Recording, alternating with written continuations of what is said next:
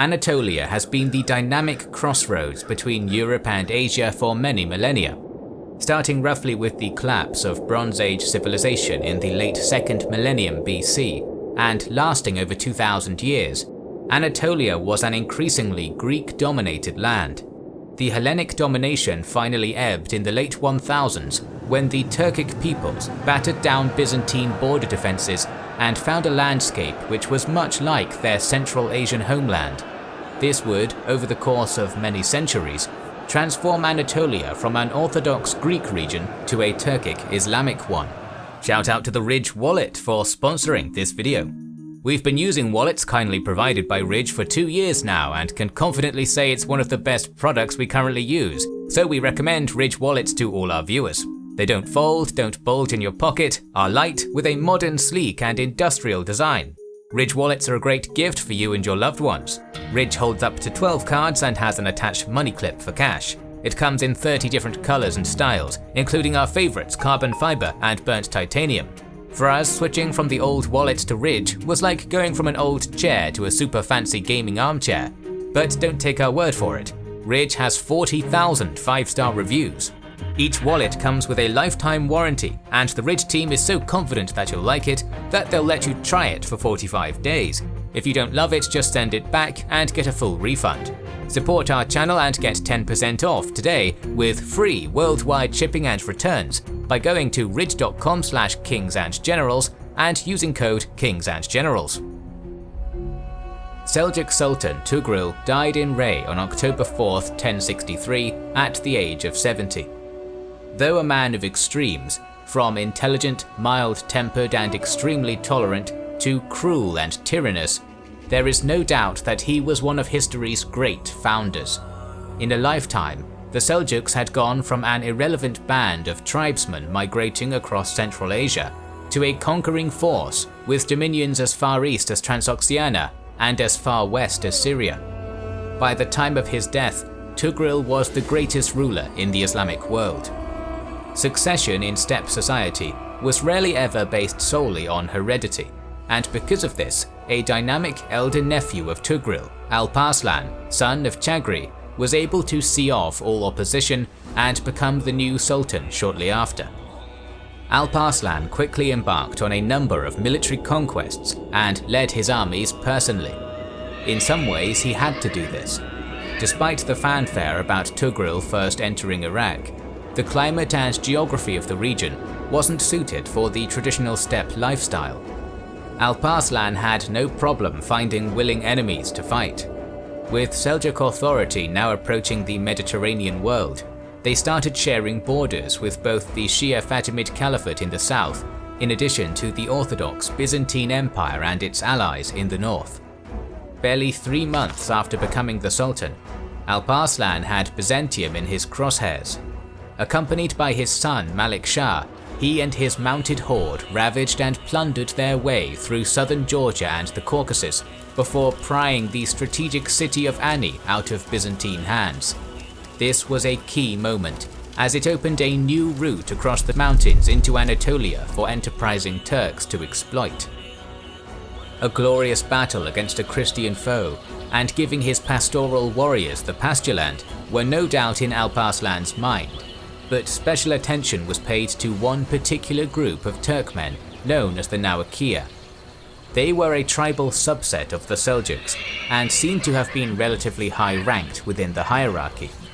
However, they were also notorious renegades who, due to their settlement in Syria and on the borders of Anatolia, often served as mercenaries. Most of the time, this wouldn't have been a problem for steppe states, many of whom hired themselves out as mercenaries to the settled civilizations surrounding them and would do so in the future. However, the Nawakiya were actively serving in the armies of states hostile to the Seljuks, and Alparslan sought their apprehension. Feeling threatened, the Nawakiya leadership petitioned Byzantine Emperor Romanus for shelter, offering service in return. The emperor's acceptance of this plea for aid and his military campaigns of reconquest in Syria demanded a firm response from the Sultan, who, upon learning that Romanus was leading a huge army east in 1071, rode to meet him.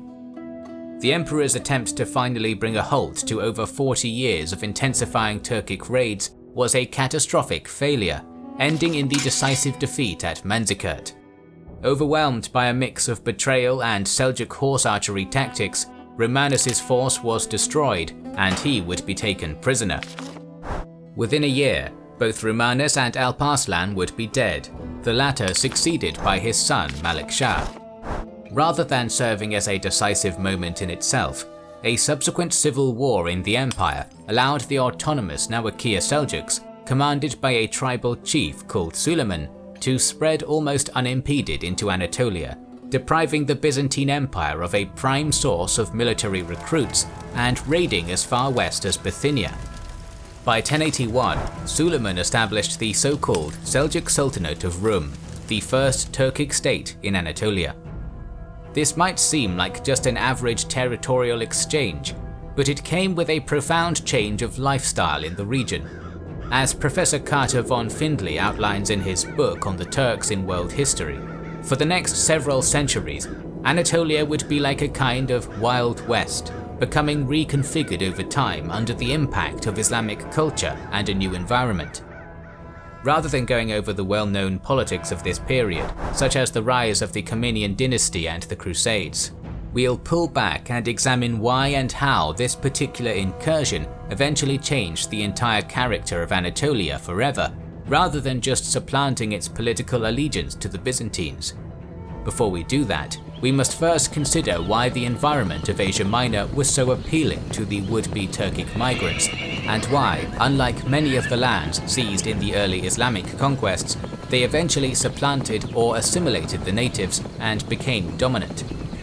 For Turkmen who had initially emerged from the pasture-rich steppelands of Central Asia, Anatolia was a kind of home away from home, with a climate and geography suitable for the nomadic life of flocks and herds. Though later beyliks, such as those in Konya, would reconstruct things in later times, the initial Turkic migrations into long agriculturalist regions of Anatolia were incredibly destructive and incredibly deadly. It ought to be remembered that throughout this period, the great Seljuk sultans in Persia took great efforts to push rapacious Turkmen groups into Anatolia in order to protect their own Middle Eastern domain from said tribes' tendency to rape, plunder and burn. This mirrors the initial devastation caused by the Mongols a century and a half later, followed by the enlightened rule of great Khans like Kublai, who made an effort to rebuild the great civilizations which their predecessors had destroyed. Due to the power vacuum caused by Byzantine weakness after Manzikert, a cycle of nomadization began to take place, which profoundly affected the region. Repeated annual raiding through spring and summer eventually depopulated areas subjected to them through flight, death or enslavement, leading to the abandonment of farms and a decline in food production.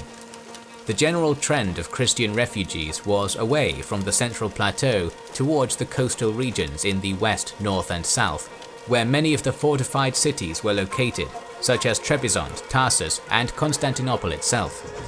The central regions were inadvertently consolidated by the Turks due to the period of reconquests of the Byzantine emperors such as Alexius Komnenos, who began to deliberately relocate and evacuate Greeks towards the western regions, which were more firmly under his control. Urban centers, which might have otherwise been able to withstand a direct assault from the nomadic conquerors, became isolated from their now depopulated agricultural hinterland, which then led to their abandonment as well. Because of the erosion of structured sedentary life, nomads were free to occupy the land and use it in the maintenance of their flocks and herds of animals, such as horses, sheep, and others. By diminishing settled life on the Greek Orthodox Anatolian plateau, the nomads directly made their own populations more prosperous by increasing the amount of grazing and pasture land available to them. A 12th century author tells us this about the city of Attaleia. It possesses very rich fields, which are nevertheless of no advantage to the townspeople, for they are surrounded by enemies on all sides who hinder their cultivation. At some point, the first wave of Turkmen who streamed into the region after Manzikert began staying year-round, using parts of the former Byzantine heartland for both stages of their seasonal migration. Nomads in the western part of Anatolia, for example, would use the wide plains and valleys near the coast as winter quarters, but would then migrate a relatively short distance inland to the higher altitude plains in the interior for summer dwellings. Calculating the exact Turkic migrant population at any given time is impossible due to the scarcity of some sources and the possible exaggeration of others. However, by the late 12th century, some accounts vary from many tens of thousands of nomadic tents in specific regions to many hundreds of thousands at the highest estimate. Yet, in contrast to the lightning campaigns of early Islam in both the Byzantine and Sassanid empires, the Turkic overthrow of Byzantine Anatolia was an extremely slow process, lasting around 4 centuries. The inability of Turkic tribes to conquer the land swiftly was largely the result of dogged resistance from the government in Constantinople, who simply had to keep Anatolia at all costs or risk losing their entire empire. In certain periods the conquest sped up, while in others it slowed down or even reversed, but the general trend is clear in hindsight. Chunk by chunk, Anatolia was assimilated piecemeal. Similarly, in some areas it took longer for Turkic influence to be felt, while in others it was felt reasonably quickly. Compared to the relatively painless early Muslim conquests, this prolonged Turkic seizure of Asia Minor caused repeated shocks and dislocations to Byzantine society in the region. Over centuries, cities were captured, sacked, rebuilt and sacked again, to the point that Greek institutions mostly ceased to exist in any meaningful way. The incursion of Turkic tribes into Anatolia also led to a fusing of the new populations and the native ones, leading to the emergence of a new categorization of people called Mixovavaroi by the early 12th century. This hybridized people came from all levels of society, from the founder of the Danishmend dynasty, who married a Christian woman, to the lowliest Turkic soldier. Because Muslim society increasingly dominated Anatolia politically and militarily, the presence of Mixovavaroi increased the number of Muslims while decreasing the number of Christians by default, since it was often easier to just make the best of things under a Turkic ruler. If the peninsula had been politically dominated by the Byzantines and religiously by Christianity, it's likely this new population would have leaned towards Christianity by default. As we will see, however, this was no longer the case. Just before the calamitous invasions began, there were 47 metropolitanates and more than 400 different bishoprics subservient to the Patriarch in Constantinople, while a similar record 4 centuries later details only 17 metropolitanates, 1 archbishopric and 3 bishoprics. The disappearance of a vast majority of Christian church areas is confirmed by later Ottoman tax registers, which record that out of over 1 million taxable hearths in Anatolia, over 92% were Muslim and only 7.5% Christian. This is a momentous, complex transformation of faith and can be explained by 2 simple, simultaneous developments: the erosion of Christian institutions and the vibrancy of new Islamic culture. It was a twofold process which began along with the immense destruction of early Turkic raids. Even before the Battle of Manzikert, Seljuk tribes, invoking the responsibilities of a Ghazi warrior of Islam, pillaged famous Christian holy sites such as St. Basil's in Caesarea. After 1071, this obliteration of church property only became even more pronounced, with St. Phocas's church in Sinope and St. Nicholas's in Myra serving as just 2 examples of those sites destroyed by the marauding tribes. The fact that these 2 places in particular were important nexuses for pilgrimage harmed the Christian community even more. Churches weren't the only victims of Turkic zealotry, as other ecclesiastical properties, such as the monasteries at Mount Latras Strobilus and Melodonium, were relentlessly sacked and their denizens driven away. In addition to the aforementioned destruction, conversion of churches to mosques was also common. Sinope provides us with a microcosm of the situation, a city which was conquered by Seljuk Sultan Kaykaus I in 1214. He converted the Black Sea cities' churches into mosques, but this was reversed when the Greeks of Trebizond recaptured Sinope. However, this Greek reconquest was short-lived, as the Rum Sultanate's forces took it back again soon after. This serves both to illustrate the destructive back-and-forth continuous warfare of the period and the destruction of Christian authority. The level of impact that these constant bouts of violence had on the Greek church was, according to Veronis, often seriously detrimental and in some cases an unqualified disaster for Christianity in Anatolia.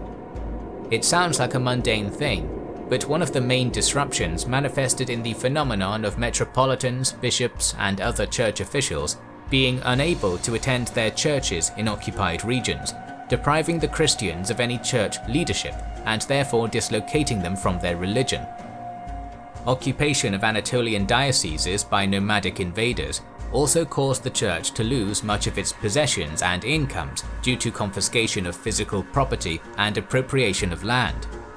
Maintaining an ecclesiastical hierarchy like the Greek Orthodox Church requires money, and the lack of it severely impacted the ability of religious figures to perform the functions for which they were needed, because it was the church which provided most of the charitable and educational services available to Byzantine civilians, as well as the usual religious leadership and guidance that was so essential to medieval life. All of this deprivation served to send the church structure in Anatolia flying into a downward spiral from which it would never truly recover, despite attempts at consolidation and reorganization. Much of the remaining Christian population, now disconnected from the religious hierarchy, began converting to Islam, which was increasingly patronized by Anatolia's new Turkic rulers. In Anatolia, this religious change took two forms: forced and voluntary, and though it's impossible to definitively state which was more common during the Turkic invasions, both undoubtedly occurred in large numbers. Within the new Turkic Islamic-dominated status quo, Christians might freely convert for any number of reasons. They might have had a religious vision which enlightened them to the perceived truth of Islam, or perhaps romantic reasons made it necessary to change religions. A Christian man might have fallen in love with a Muslim woman, and conversion to Islam would, in that case, have been the easiest way for them to marry legally. The most common factor influencing such voluntary changes in faith would probably have been the material advantage one would gain from becoming a Muslim in a society which was ruled by fellow Muslims. Christians commonly had to pay the Harajt agricultural tax, and the more notorious jizya in order to live under Islamic rule, which could be negated by converting to Islam. However, as we might expect from a people acting as pious Ghazi warriors, conversion by the sword also took place, and plays a prominent role in the Danishmendname, the Tale of Danishmend. Possible exaggeration of such military achievements ought to be kept in mind, but on many occasions in this piece, captured individuals or defeated units of Christian soldiers are given the stark choice of abandoning Christianity for Islam or death by the sword. Just one instance of this took place at the city of Sasiya Komana, the population of which Malik Danishmend swore an oath to turn into Muslims. When he did so through violence and threats, though, the conversions were always ineffective, their faith was hollow, and their loyalty was unreliable. It must also be noted that the Turkic conquerors weren't just raiding murderers, and many, such as Malik Danishmend and Kilij Arslan, did show considerable concern for the Christians that came under their rule. Many would even mourn for these Muslim rulers, whom they regarded as protectors and benefactors. Sympathetic populations like these, such as that in the city of Melitene, had frequently suffered ill treatment and high taxation at Byzantine hands before the Turks came, and were glad to get rid of them. However, it shouldn't need saying that this wasn't the majority of cases, and the Turkic invasions were a time of unusual oppression for most Christians in Anatolia. They were largely excluded from government and the army, their children were frequently enslaved and converted, and the ravages that came from Turkmen raids would have been unwelcome in most sedentary societies. With the Mongol invasions of the 13th century, more waves of refugees and nomads flocked into Anatolia, bringing with them dervish orders, Sufi mystics, and other variations of Islam which were more palatable to the locals. We're planning more episodes on the nomad conquerors, both Turkic and non-Turkic, so make sure you are subscribed to our channel and have pressed the bell button. We would like to express our gratitude to our Patreon supporters and channel members who make the creation of our videos possible. Now you can also support us by buying our merchandise via the link in the description. This is the Kings and Generals channel, and we will catch you on the next one.